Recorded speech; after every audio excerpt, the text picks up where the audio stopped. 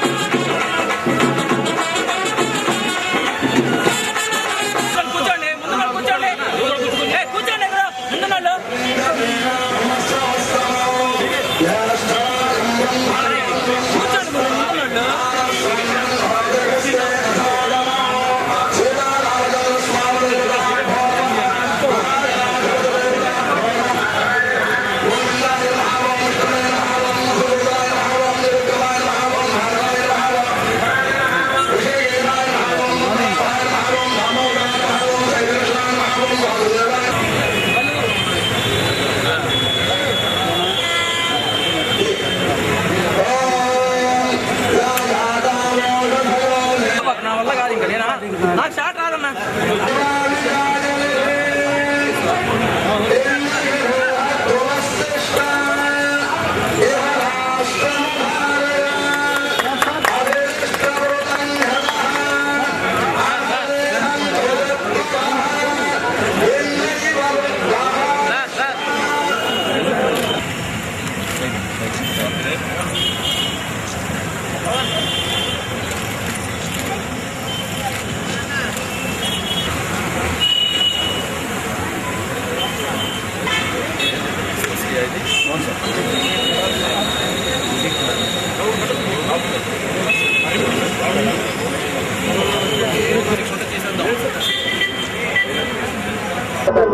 ఈరోజు ప్రకాశం జిల్లాలో ఎస్పీ గారు పోలీస్ ల్యాండ్లో ఒక హిందుస్థాన్ పెట్రోలియం కార్పొరేషన్ వాళ్ళ యొక్క అవుట్లెట్ని ప్రారంభించడం జరిగింది. ఎమ్మెల్యే గారు నేను కూడా ఉన్నాను ఈ సమక్షంలో. I'm very happy.